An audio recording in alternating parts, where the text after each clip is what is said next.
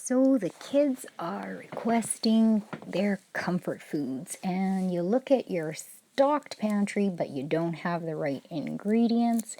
And even when you tidy things up, everything that you have isn't there. And let's be honest, you don't really have the know-how either. Well, you are ready for Pantry Palooza, Perogies with kids.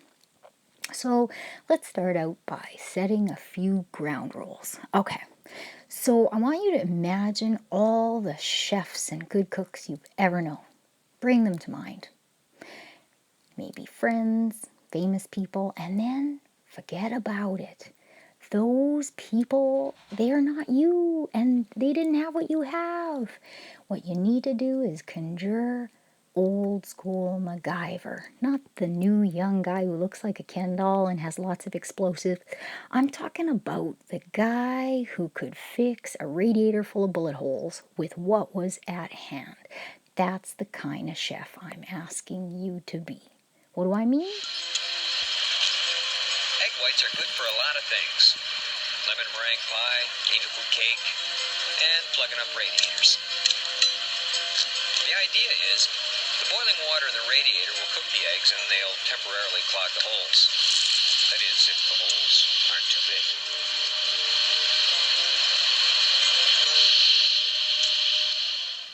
All right, now that you know where I'm coming from, let's make some pierogies with children using what's at hand. Get 3 eggs, crack them in a bowl. If you've got it, add a couple of tablespoons of sour cream. Really makes the dough tender. Then add half a cup of room temperature water. You might need a little more, but start with the half cup. Add about 3/4 of a teaspoon of salt. See, we're talking measurement and fractions. You're probably going to need about 3 cups of flour, but start slow, mix with a spoon, then with your hands. When it's firm enough, you can start kneading. Knead the dough. I like to knead it in the bowl, less messy. And keep kneading it until it really pushes back. Then you can oil it a bit, cover it up for at least an hour. While you're doing that, I got the kids to peel some potatoes. We did 6 and had lots of leftovers. You can cut the potatoes in half and cut each half in 6, or whatever you like. And then put them in a pot of salted water. Bring that to the boil, and when they're soft, you can drain them. Give them a little bit of a mash up. My mom uses Cheese Whiz and then throws in a little bit of mashed potatoes, instant mashed potatoes to dry it up.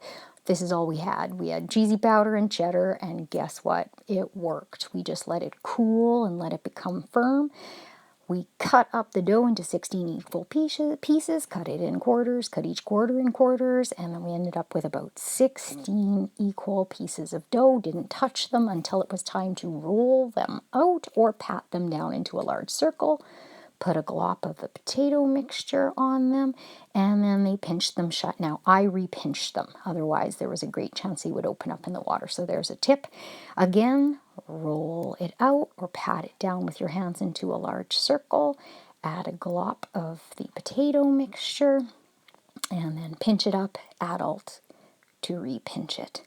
When you've got about 6 of the big ones, put them in a pot of boiling water, maybe a little oil in the water, I don't know. They'll rise to the surface. That's the sign that they're done.